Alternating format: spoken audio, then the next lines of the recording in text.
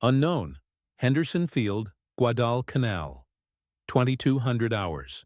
In the suffocating darkness of the Solomon Islands, Private Robert Young Deere of the 164th Infantry Regiment checks his M1 Garand rifle one final time. His unit had arrived on the island just 11 days earlier on October 13th, becoming the first U.S. Army formation to engage in offensive operations against the Japanese. Now in positions alongside Marines, still armed with bolt-action Springfield rifles, the soldiers of the 164th gripped their semi-automatic weapons, 8 rounds loaded in each en-bloc clip. Through the oppressive humidity and the cacophony of nocturnal insects comes a sound that freezes the blood of every American soldier. Thousands of Japanese troops beginning their charge, screaming "Banzai" and "Totsugeki" at the top of their lungs. Among the attacking force, Lieutenant Kenji Yamamoto of the 29th Infantry Regiment leads his platoon forward.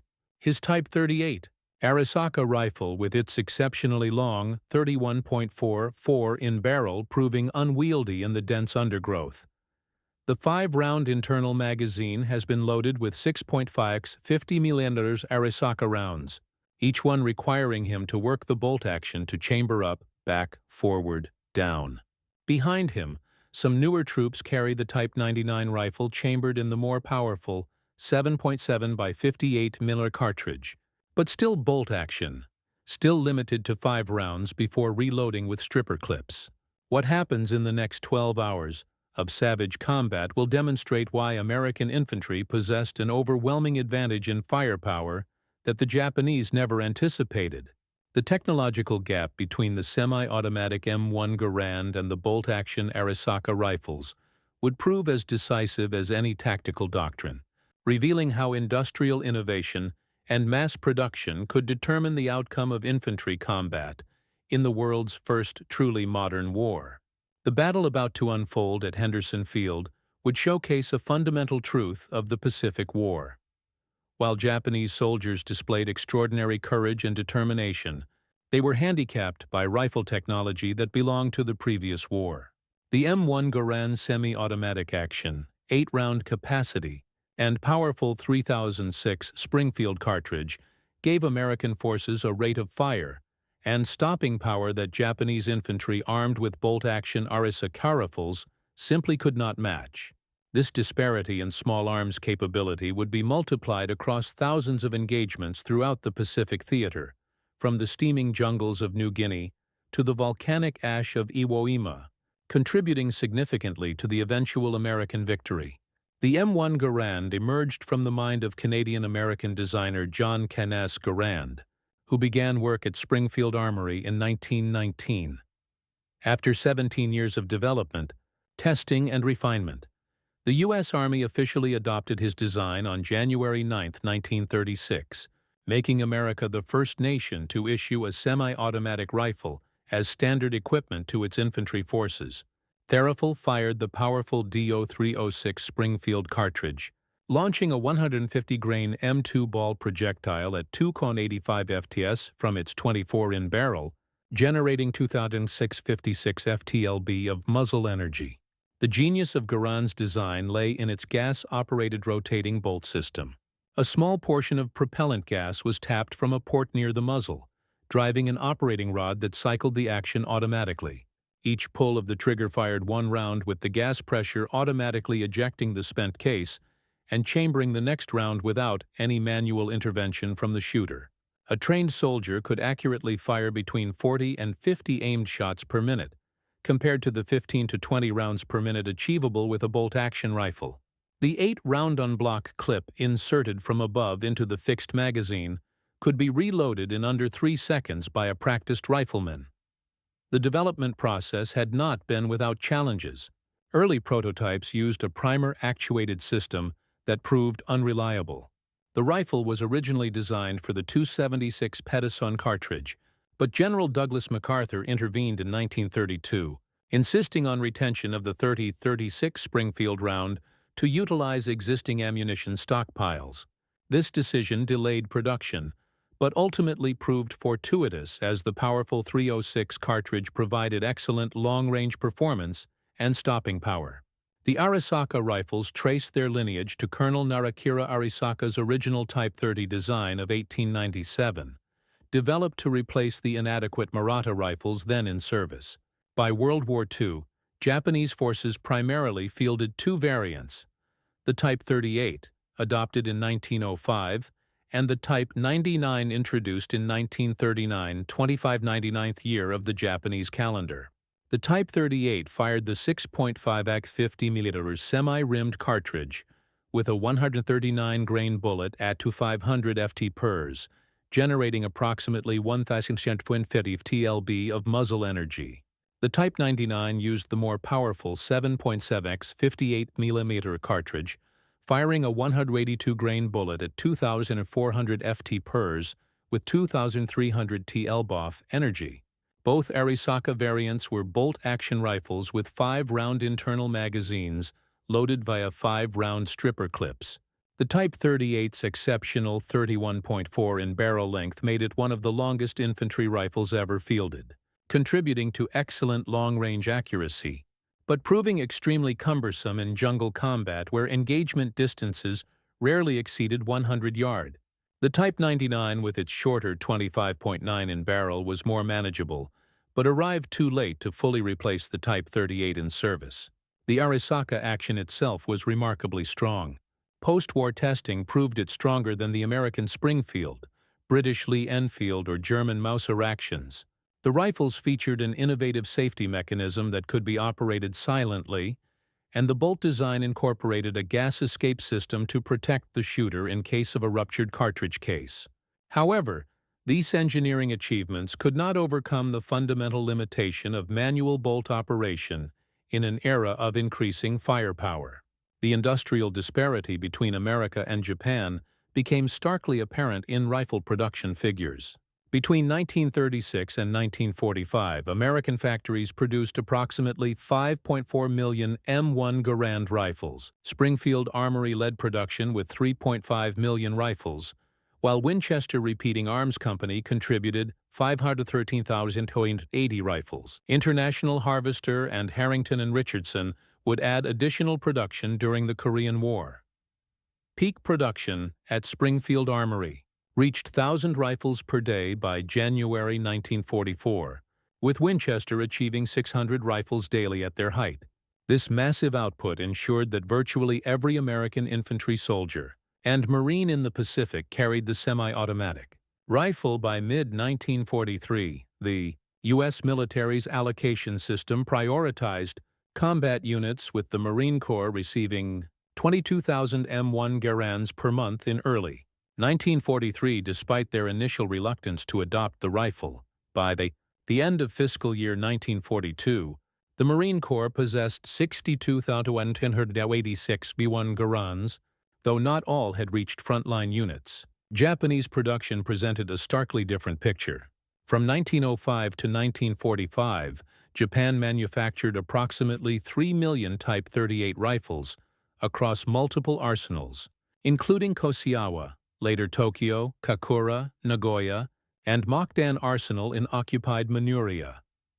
Type 99 production from 1939 to 1945 reached roughly 3.5 million units manufactured at 9 different arsenals, including 2 outside Japan proper, Mukden in Manukwo and Jinsen in Korea.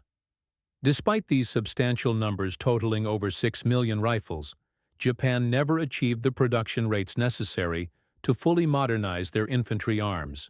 Many second-line troops, garrison forces, and naval infantry units still carried Type 38 rifles at war's end, creating logistics complications with 2 different ammunition types in use. American M1 Garand production maintained remarkably consistent quality throughout the war. Springfield Armory's quality control procedures rejected any rifle that failed to group within 5 in at 100 yards. Interchangeability of parts between rifles from different manufacturers was strictly enforced through detailed specifications and gauging requirements. A damaged M1 Garand could be repaired in the field using parts salvaged from other rifles regardless of manufacturer. The adoption of improved heat treatment processes in 1942 actually increased receiver Strength over pre-war production. The finishes evolved for practicality rather than economy. The switch from blued steel to parkerizing improved corrosion resistance in tropical environments. Walnut stocks gave way to birch and other hardwoods due to walnut shortages, but functionality never suffered. Late-war simplifications included stamped trigger guards replacing milled ones, but these changes were thoroughly tested to ensure reliability. Japanese manufacturing quality, conversely, deteriorated markedly as the war progressed. Early Type 99 rifles featured remarkable innovations. Chrome-aligned barrels, actually the first military rifle with this feature, anti-aircraft sights with folding arms for leading aerial targets, dust covers to protect the action, and integral wire monopods for stability. The finish was a deep blue, and stocks were made from quality Japanese hardwood with precise inletting. By 1944, these refinements had vanished under production pressure and material shortages.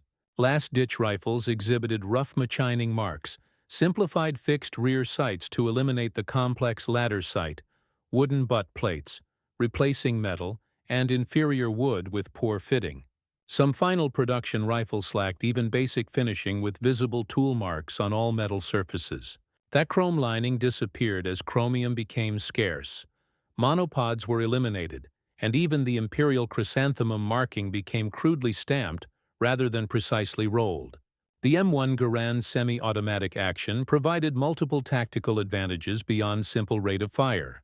After each shot, the soldier maintained his sight picture and cheek weld, while the rifle automatically cycled.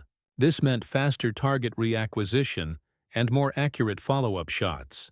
The operating rod, driven by gas pressure tapped near the muzzle, cycled with sufficient force to function reliably even when fouled with mud, sand, volcanic ash, or carbon buildup from extended firing. The end block clip system, while sometimes criticized for its distinctive ejection ping that allegedly alerted enemies the rifle was empty, actually provided the fastest reload of any contemporary military rifle.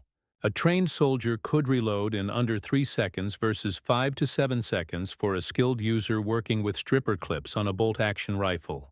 The clip ejection also provided immediate tactile and audible confirmation that the rifle was empty, preventing the confusion that could occur with rifles that didn't indicate an empty magazine. The M1's weight of 9.5 lb, while heavy by modern standards, helped manage the substantial recoil of the .36 cartridge, enabling rapid, accurate follow-up shots. The rifle's length of 43.6 in was well balanced with weight distributed between the heavy barrel and solid wood stock. The two-stage military trigger, while not match-grade, provided consistent performance that soldiers could master with training.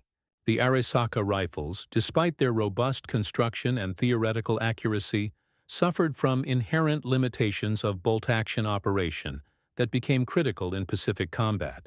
After each shot, the soldier had to manually cycle the bolt through 4 distinct movements, rotating the bolt handle upward, pulling it fully rearward to extract and eject the spent case, pushing it forward to strip a fresh round from the magazine and chamber it, then rotating the handle down to lock.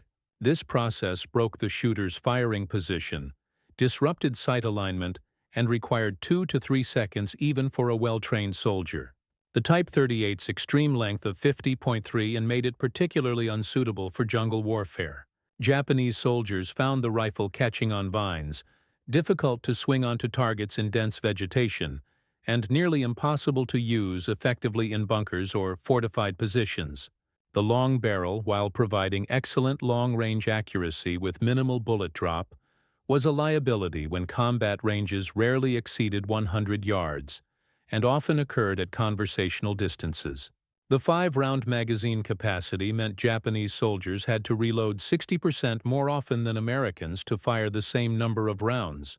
Loading via stripper clips required opening the bolt, positioning the clip correctly, pressing the rounds down into the magazine while withdrawing the clip, then closing the bolt, a process taking 5 to 7 seconds under ideal conditions and much longer under combat stress or in awkward firing positions. The 3306 Springfield cartridge used by the M1 Garand was already standard throughout the U.S. military, for the M1903 Springfield rifle, M1917 Browning machine gun, M1919 Browning machine gun, and Browning automatic rifle.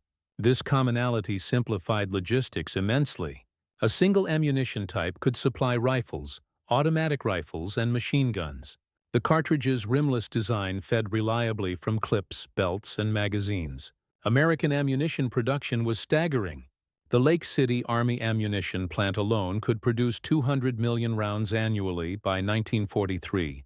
Frankfurt Arsenal, Denver Ordnance Plant, and other facilities added hundreds of millions more rounds. Quality control ensured consistent ballistics. M2 ball ammunition maintained a velocity variation of less than 40 ft/s between lots. Japanese forces faced a more complex ammunition situation.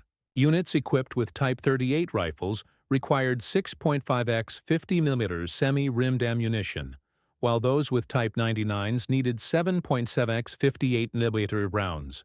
The 6.5mm round, while generating less recoil and allowing soldiers to carry more ammunition, proved inadequate against covered positions and lacked stopping power. The 7.7mm round addressed these deficiencies, but created a dual supply requirement. This two-caliber system created persistent logistics problems. Documented instances include the 23rd Infantry Regiment on Guadalcanal, receiving 7.7mm ammunition for their Type 38 rifles, rendering both weapons and ammunition useless. Similar mix-ups occurred during the Philippines campaign and on isolated island garrisons. The semi-rim design of the 6.5mm cartridge occasionally caused feeding problems in tropical conditions where ammunition became corroded. When the U.S. Army's 164th Infantry Regiment, a North Dakota National Guard unit, arrived at Guadalcanal on October 13, 1942, they brought with them something the Marines desperately wanted: M1 Garand rifles. The Marines, still armed primarily with M1 1903 Springfield bolt-action rifles, watched with a mixture of envy and skepticism as the Army soldiers unloaded their semi-automatic weapons. During the climactic battle for Henderson Field on October 24 to 25, 1942, the advantages became undeniably clear. Staff Sergeant Mitchell Page, though a Marine armed with a machine gun rather than a rifle, fought alongside soldiers of the 164th and witnessed their firepower firsthand. Private First Class James Cass of Company M, 164th Infantry, later recalled, "The Japs came at us in waves, barely visible in the darkness except for the glint of their bayonets.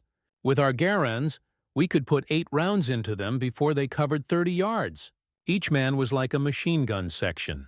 We'd fire, the rifle would cycle itself, and we'd fire again. No working a bolt, no breaking our sight picture. Just squeeze, boom, 8 times before reloading." The 164th's companies were fed into the line piecemeal as the Japanese attack developed, reinforcing Marine positions that were beginning to buckle. The devastating semi-automatic fire from the fresh Army troops helped stabilize Thaline. Colonel Bryant Moore, commanding the 164th, reported that his men expended over 250,000 rounds of .30 caliber 06 ammunition in the 2-day battle. Japanese bodies stacked up in front of positions held by the 164th, many killed by the rapid, accurate fire of M1 Garands.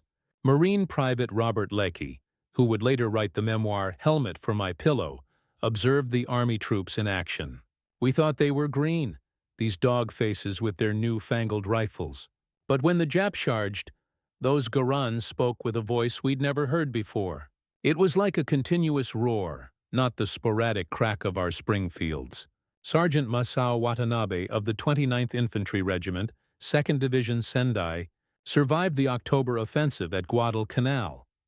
In his post-war memoir discovered in Japanese military archives, he wrote, "We were told the Americans were soft, that our Yamato spirit would overcome their material advantages. Our officers assured us that one Japanese soldier was worth 10 Americans. But when we charged their lines that October night, it was like running into a wall of lead. Every American soldier seemed to have an automatic weapon. Our Arisaka rifles, which we operated the same way our fathers had in the Russo-Japanese War, felt like antiques. We would fire once, work the bolt while taking cover, then fire again. In that same time, the Americans had already fired 4 or 5 rounds. Watanabe noted that Japanese tactics developed against Chinese forces, often armed with older weapons or limited ammunition, proved suicidal against American firepower. The banzai charge that had scattered Chinese conscripts melted away before American rifles that never seemed to stop firing. We could not get close enough to use our bayonets. Our supposed advantage in spirit and close combat meant nothing when we were shot down 50 meters from their lines. Lieutenant Hiroshi Takahashi of the 230th Infantry Regiment provided another perspective in a letter found on his body. The American automatic rifles are devastating. Each soldier can fire as fast as our light machine guns. When we advance, it sounds like we are attacking a position defended entirely by machine guns. Our men fall before they can work their rifle bolts for a second shot. At Cape Gloucester in December 1943, Marines of the 1st Marine Division, now fully equipped with M1 Garands after their earlier experience on Guadalcanal, landed in torrential rain on New Britain. Private First Class Eugene Sledge, author of With the Old Breed, later wrote about the M1's performance in the horrific conditions. That Garand was the most reliable piece of equipment we had. In rain that came down like waterfalls, in mud that sucked at you like quicksand, that rifle kept firing. The Japs with their bolt actions couldn't match our rate of fire. When they tried to set up positions in the jungle, we could put so much lead into the trees that leaves would fall like rain. Marine Sergeant John Basilone, who would earn the Medal of Honor on Guadalcanal, primarily for his actions with machine guns, also carried an M1 Garand as his personal weapon. He noted, "The Garand gave every Marine the firepower of 3 men with bolt-action rifles. In the jungle, where you might only get a glimpse of the enemy for a second or two, being able to fire multiple shots without working a bolt meant the difference between killing him or him escaping to kill you later." During the Battle of Saipan in June 1944, the largest banzai charge of the Pacific War saw over 3,000 Japanese soldiers assault American lines in a desperate pre-dawn attack. On July 7th, Private First Class Harold Agar Holm of the 4th Marine Division, armed with his M1 Garand, helped repel the massive assault. Corporal John Miller recalled, "The Japs came at us shoulder to shoulder, screaming like banshees. Our Garands never stopped firing. As fast as we could pull the trigger, we fired. The ping of empty clips ejecting was constant, like some deadly music. The Japs with their bolt actions couldn't match our volume of fire. They'd get 1 shot off, maybe 2 if they were lucky, before our semi-autos cut them down." On Pello in September 1944, the 1st Marine Division faced Japanese forces who had learned from earlier defeats. Instead of banzai charges, they defended from fortified positions. But even in this defensive role, the bolt-action Arisaka proved inferior. Marine Corporal R.V. Bergen recalled, "When we spotted a position, we could saturate it with rifle fire. 4 or 5 of us with Garands could put 40 rounds into a cave mouth in the time it took them to fire 5 or 6 shots back. We'd keep their heads down while other Marines maneuvered with flamethrowers or demolitions." American training doctrine for the M1 Garand emphasized exploiting the rifle's semi-automatic capability while maintaining accuracy. At training camps across the United States, Fort Benning, Camp Perry, Fort, and dozens of others, soldiers spent weeks mastering their rifles. The standard qualification course required engaging targets from 100 to 500 YD, with emphasis on rapid target engagement and smooth trigger control. The Army's Field Manual 23-5 Basic Field Manual U.S. Rifle Caliber 30N1 specified that soldiers should achieve a sustained rate of 40 to 50 aimed shots per minute in combat. Training emphasized the sight picture hold maintaining proper sight alignment between shots, since the semi-automatic action didn't require breaking position. Soldiers learned to fire, observe impact, adjust, and re-engage quickly, taking full advantage of the M1's capability. Ammunition allocation for training was generous by any standard. Basic trainees fired a minimum of 210 rounds during qualification, with additional ammunition for advanced training. Combat units preparing for deployment often fired thousands of rounds per soldier. This extensive live fire training built muscle memory and confidence that proved invaluable in combat. The Marine Corps, initially skeptical of the M1 Garand due to concerns about ammunition waste and degradation of marksmanship standards, eventually developed even more intensive training programs. Marine doctrine emphasized accurate volume of fire, not spray and pray, but rapid aimed shots that exploited the M1's semi-automatic action, while maintaining the Corps' traditional marksmanship excellence. Japanese marksmanship training rooted in samurai traditions of precision and discipline emphasized the philosophy of one shot, one kill, ichigekiyatsu. This principle reflected both spiritual beliefs about the warrior's focus and the practical limitation of bolt-action rifles. Japanese soldiers underwent extensive training at long range with the Type 38's exceptional accuracy at distance considered a primary virtue. The Imperial Japanese Army's training manual stated, "The spirit of the attack must be the primary weapon of the infantry. The rifle and bayonet are merely extensions of the warrior's will." This emphasis on spiritual factors over material ones would prove catastrophic against American firepower. Japanese soldiers trained extensively in bayonet fighting with daily practice in cater-like movements. The Type 38's exceptional length made it superior to most rifles in bayonet fighting in theory. However, Pacific combat rarely offered the clear long-range shots for which Japanese soldiers had trained. The jungle terrain of Guadalcanal, New Guinea, and other battlefields limited visibility to mere yards. The banzai charges that had succeeded against poorly equipped Chinese forces or colonial troops met devastating failure against semi-automatic rifle fire. The sound of massed M1 Garand fire became a psychological weapon in itself.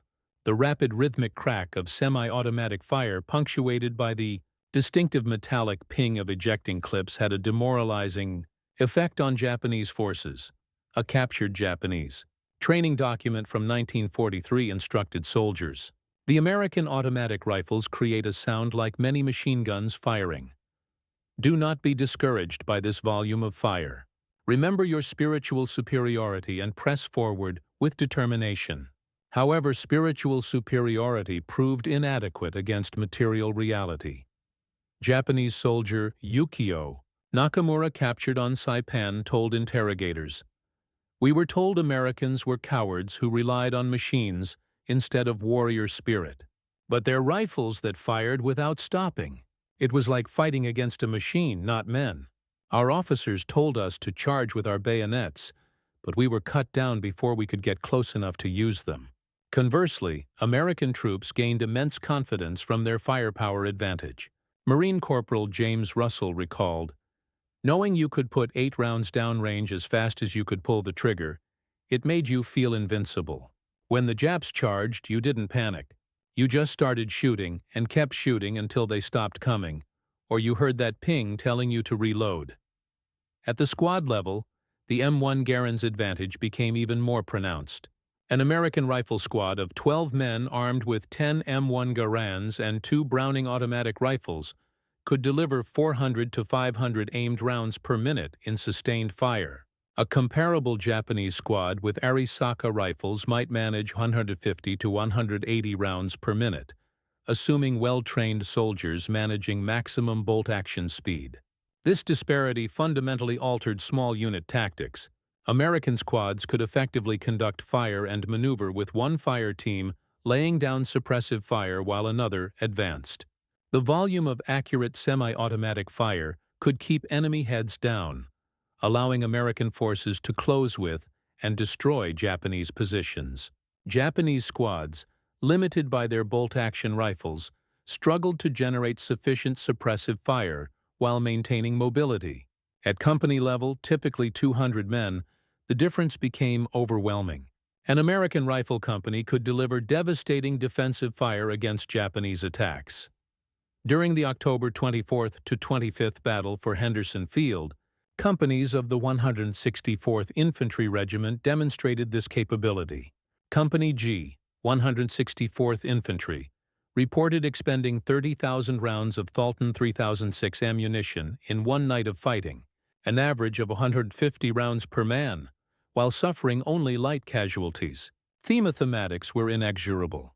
A Japanese battalion of 800 men conducting a banzai charge faced American companies capable of putting 8,000 aimed rounds downrange per minute, even accounting for darkness, confusion, and fear.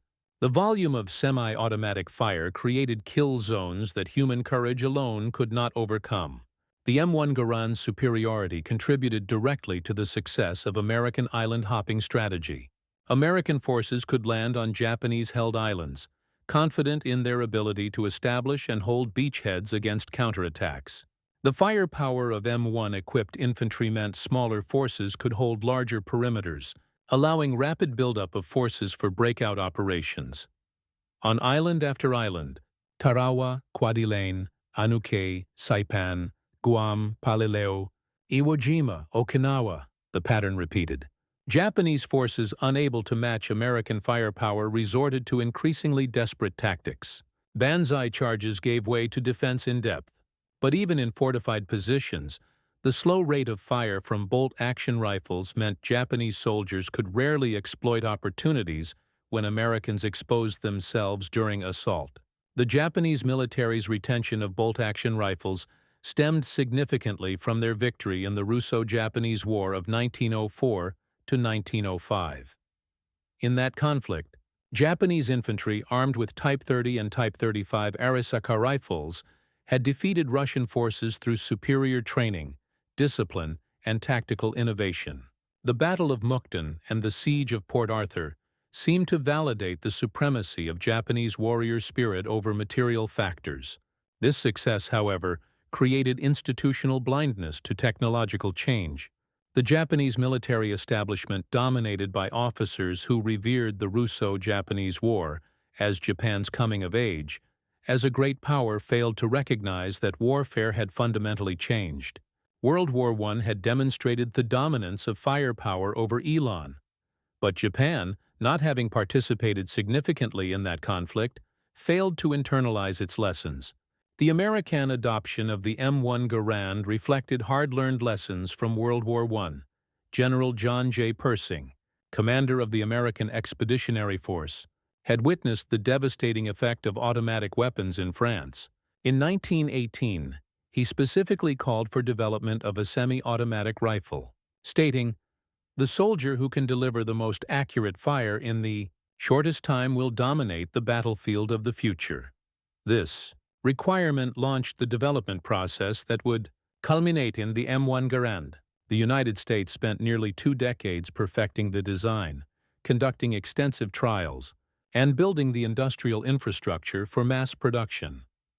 By 1936, when the M1 was adopted, America had created not just a superior rifle, but an entire system for producing, maintaining, and supplying it.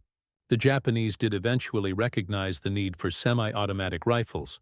Development of indigenous designs began in the 1930s, including the Type Ko rifle designed by Kajiro Nambu and several gas-operated prototypes. However, these efforts received low priority with resources directed toward aircraft, naval vessels, and other programs deemed more critical.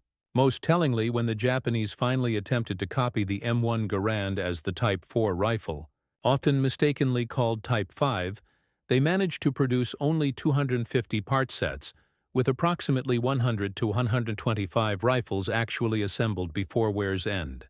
The Type 4 chambered for 7.7mm Japanese ammunition and fed from a 10-round internal magazine loaded with 2 5-round stripper clips proved that Japan understood the M1's advantages, but lacked the industrial capacity for mass production. The mathematics of firepower revealed an overwhelming American advantage. The M1 Garand firing M2 ball ammunition delivered 2,006 lb of energy at the muzzle. With a trained soldier firing 40 rounds per minute, this translated to 106,240 lb of energy delivered per minute. A bolt-action, Type 99, Arisaka firing the 7.7mm round with 2,300 ftLb per shot at a practical rate of 15 rounds per minute, delivered only 34,500 ftLb per minute, less than 1/3 the M1's energy output. The 306 Springfield's trajectory, while having more drop than the 6.5 military Arisaka at extreme range, proved superior at typical Pacific combat distances. At 300 WWII, an unusually long engagement distance in jungle warfare, the 306 dropped 13.5 in from line of sight while retaining 1900 FTLB of energy, sufficient to penetrate multiple layers of jungle vegetation and still incapacitate enemy soldiers. The 6.55 military Arisaka, while dropping only 11 in at the same range, retained only 100 odd FTLB of energy, often insufficient to penetrate cover. U.S. Army ordnance tests conducted at Aberdeen Proving Ground in 1940 quantified the M1's advantage. In controlled trials, soldiers with M1 Garands consistently achieved 24 aimed shots per minute at 200 YD with 90% hits on man-sized targets. Soldiers with M19903 Springfields, functionally identical to Arisaka operation, managed only 10 aimed shots with 85% accuracy. In rapid-fire scenarios simulating response to sudden attack, M1-equipped soldiers could engage 3 separate targets in the time bolt-action users engaged 1. Further testing examined sustained fire over longer periods. After 5 minutes of continuous firing, M1-equipped soldiers maintained 80% of their initial rate of fire, while bolt-action users dropped to 60% due to fatigue from working the bolt.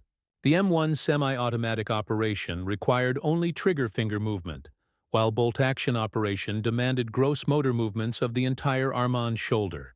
Combat statistics from Pacific battles revealed telling patterns. At Guadalcanal, Army units equipped with M1 Garands expended an average of 150 to 200 rounds per man per day of heavy combat. Marine units still equipped with Springfield rifles expended 60 to 80 rounds per man in similar conditions. This didn't represent ammunition waste, but rather the M1's ability to deliver effective fire at fleeting targets. Japanese forces, by comparison, rarely expended more than 40 to 50 rounds per man per day, limited by both ammunition supply and the mechanical constraints of bolt-action operation. Captured Japanese after-action reports frequently cited ammunition shortages, but even when ammunition was available, the slow rate of bolt-action fire limited consumption. Japanese military documents captured throughout the war revealed increasing awareness of American firepower superiority. A report from Lieutenant General Harukichi Hyakutake, commanding the 17th Army on Guadalcanal, stated in November 1942, "Enemy rifle fire has density and accuracy beyond our expectations. Each enemy soldier appears to be armed with an automatic weapon. Our forces cannot achieve fire superiority even with numerical advantage. Recommend emphasis on night operations and infiltration tactics to negate enemy firepower advantage." By 1944, Japanese tactical doctrine had evolved to acknowledge American material superiority. The instructions for the decisive battle issued to defenders of the Marana Islands stated, "The enemy's automatic rifles and machine guns create an impenetrable wall of fire during daylight. All attacks must be conducted at night or under cover of adverse weather. Daytime movement invites annihilation."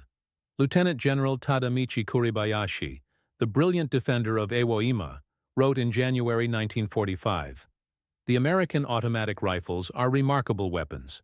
Each soldier possesses firepower equal to 3 or 4 of our riflemen.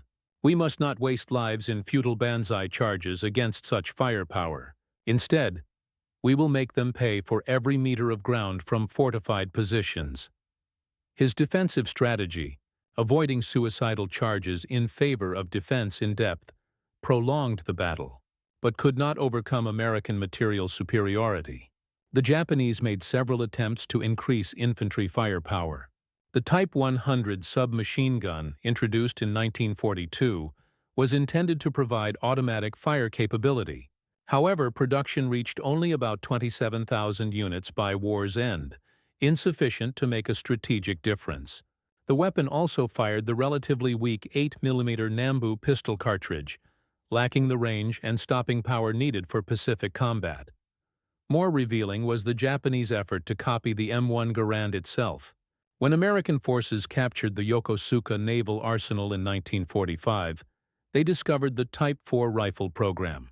Engineers at Yokosuka had reverse-engineered captured M1 Garands, modifying the design to use Japanese 7.7mm ammunition and feed from a 10-round internal magazine loaded with standard 5-round stripper clips. The Japanese had even improved certain aspects using a rubber recoil pad and adding a last-round bolt hold-open feature. However, Japanese industry proved incapable of mass-producing this complex design. While they had manufactured parts for approximately 250 rifles, only 100 to 125 had been assembled into complete weapons. The Type 4 program revealed that Japanese military engineers fully understood the M1's advantages, but lacked the industrial infrastructure to produce it in meaningful numbers. Beyond industrial limitations, Japanese military culture resisted emphasizing material factors over spiritual ones. Colonel Masanobu Tsuji, a staff officer who served in multiple theaters, wrote after the war, "We knew the Americans had superior weapons, but to acknowledge this openly would have destroyed troop morale. We had to maintain belief in spiritual superiority, even as our soldiers were mowed down by American automatic weapons." This cultural resistance extended to training. Even as late as 1944, Japanese infantry training emphasized bayonet practice and night infiltration over marksmanship. The official infantry manual devoted 3 pages to rifle marksmanship, but 12 pages to spiritual preparation and bayonet fighting. This imbalance reflected deep-seated beliefs about the nature of warfare that technical realities could not easily overturn. The Battle of Okinawa, April through June 1945, provided the ultimate test of American firepower versus Japanese determination. Here on Japan's doorstep, 180,000 American troops faced 120,000 Japanese defenders in what would become the bloodiest Pacific battle. The Japanese under Lieutenant General Mitsuru Ushima had learned from previous defeats. Instead of wasteful banzai charges, they prepared elaborate defensive positions in Okinawa's rocky terrain. Yet even in defense, the limitations of bolt-action rifles proved critical.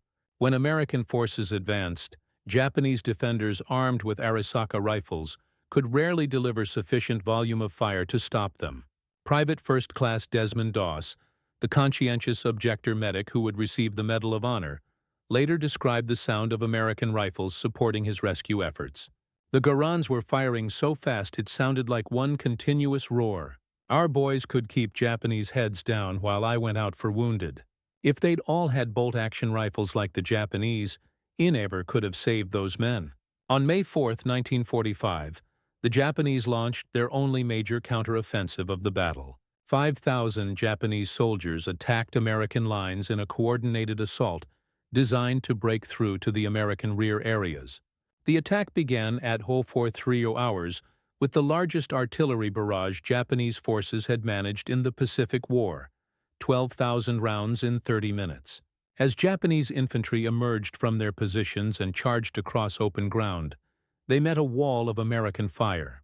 Private First Class Martin Brennanoff, the 17th Infantry Regiment, recalled, "They came at us in waves, but not the wild banzai charges we'd seen before.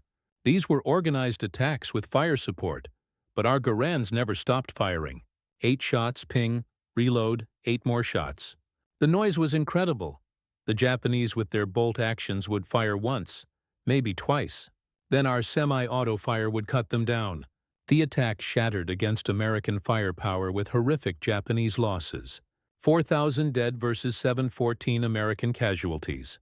The rapid fire of thousands of M1 Garands, supported by automatic weapons and artillery, created killing fields where Japanese courage could not overcome material disadvantage. Even when Japanese soldiers reached American lines, the close-range firepower advantage of semi-automatic rifles proved decisive.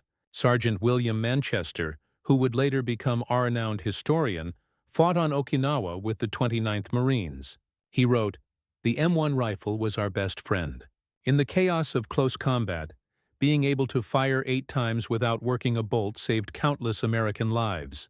I saw Japanese soldiers trying to work their bolt actions while under fire, their hands shaking, fumbling with the mechanism while our boys simply kept pulling triggers. Planning for Operation Downfall, the invasion of Japan. Scheduled to begin with Operation Olympic in November 1945, assumed the M1 Garand would play a crucial role. Military planners studying casualty rates from Okinawa calculated that American forces would need massive firepower superiority to overcome expected Japanese resistance on the home islands. Production plans called for 500,000 replacement M1 rifles for the operation, with Springfield Armory and Winchester increasing production to a combined 2,000 rifles daily by August 1945. International Harvester was scheduled to begin production at a third facility. The ammunition requirement was staggering. Planners estimated needing 100 million rounds of 306 monthly for rifle use alone. Testimony to the volume of fire expected from M1-equipped troops. Intelligence estimates suggested Japanese homeland defense would include 2.5 million Arisaka rifles in military hands, plus millions more distributed to civilian militia units. However, many of these were training rifles, obsolete models, or last-ditch single-shot weapons. The Type 99 substitute standard rifles being produced in 1945 were so crude that American intelligence questioned their safety for the user. American planners calculated that each invasion beach would require suppression of Japanese positions by naval gunfire and aerial bombardment, followed by assault troops whose M1 Garands would provide the volume of fire needed to overcome. Defenders' studies of Pacific battles showed that American forces with semi-automatic rifles suffered 40% fewer casualties than projected for troops armed with bolt-action rifles in similar situations. The Japanese, recognizing their firepower disadvantage, planned to rely on suicide tactics, using civilians as human shields and close-quarters combat in urban areas where rifle advantages would be minimized. Secret Japanese plans discovered after the war revealed desperate measures: bamboo spears for civilians, suicide swimmers with explosive charges, and even programs to spread biological weapons. The Arisaka rifle, once the pride of the Imperial Army, had been relegated to just one component of a desperate defense.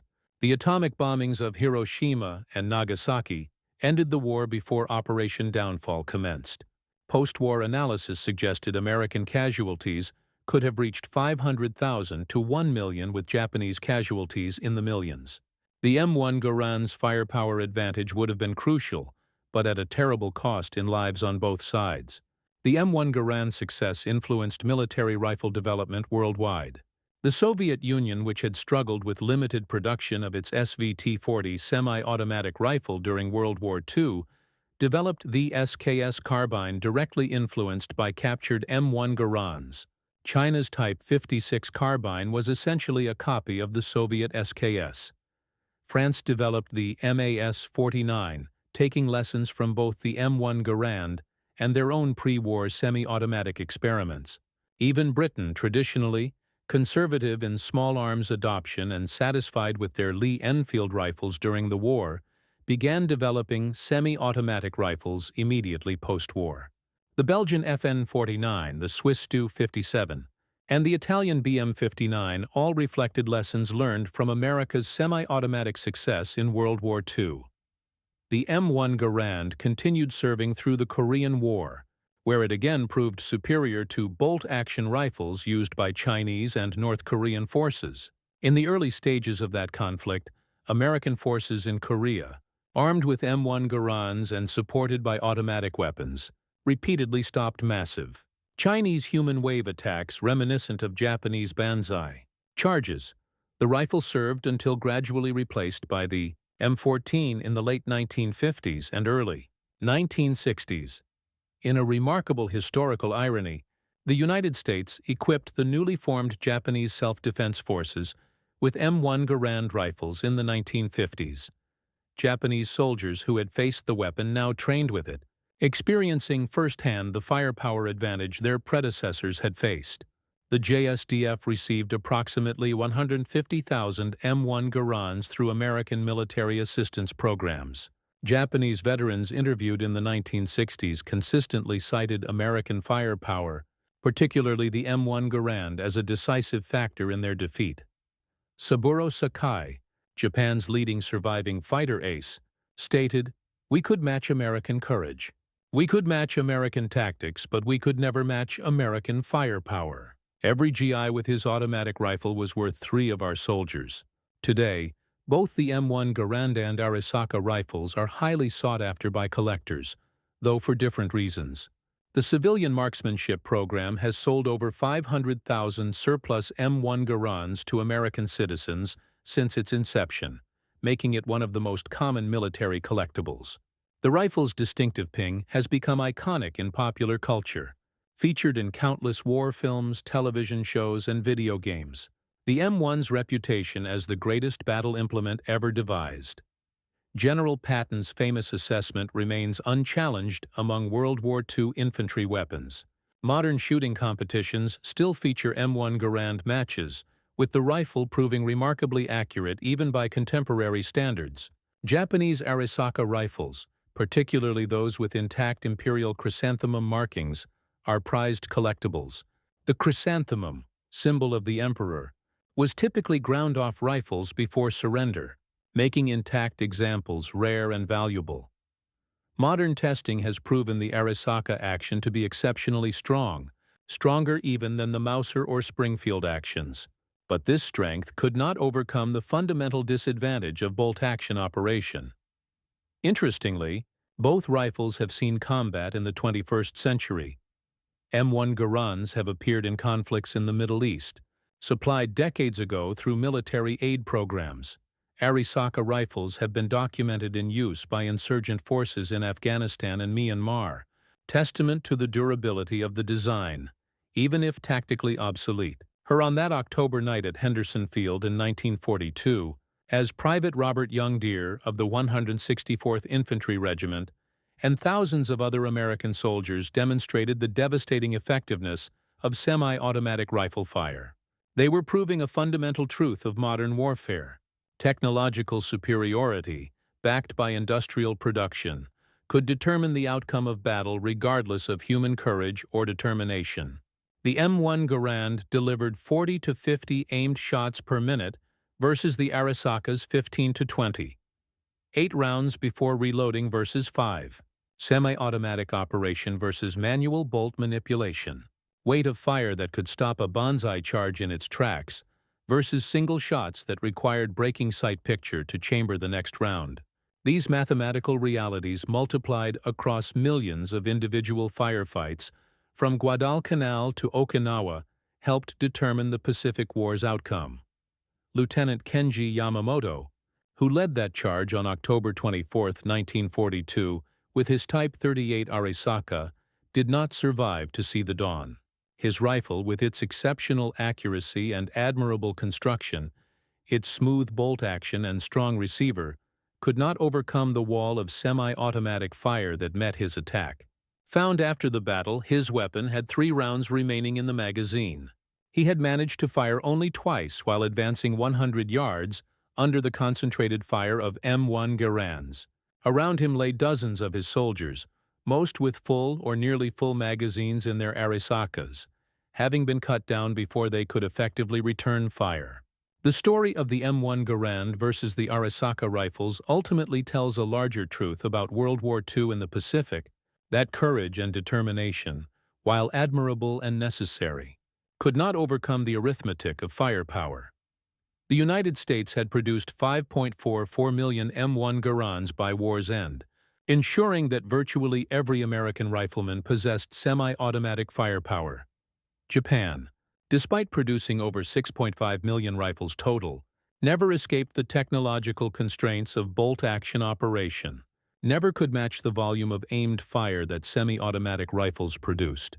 General George S. Patton's assessment of the M1 Garand as the greatest battle implement ever devised was not hyperbole but mathematical fact, from the steaming jungles of Guadalcanal, where the rifle first proved its worth in American Army hands, to the volcanic ash of Iwima, where Marines used it to break Japanese strongpoints. From the monsoon-soaked horror of Cape Gloucester to the desperate urban combat anticipated for Japan itself, the M1 Garand proved itself as more than just a rifle.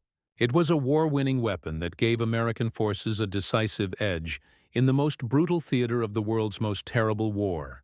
The distinctive ping-off and ejecting en-bloc clip became the sound of American victory in the Pacific. A sound that meant 8 enemy soldiers would never reach American lines. A sound that meant another Japanese position had been suppressed, another island secured, another step taken toward Tokyo Bay. Against it, the bolt-action Arisaka, for all its virtues of strength and accuracy, was simply fighting the last war with the last war's technology. In the final analysis, the Pacific War was won not by any single weapon or battle, but by the cumulative effect of American industrial might and technological superiority.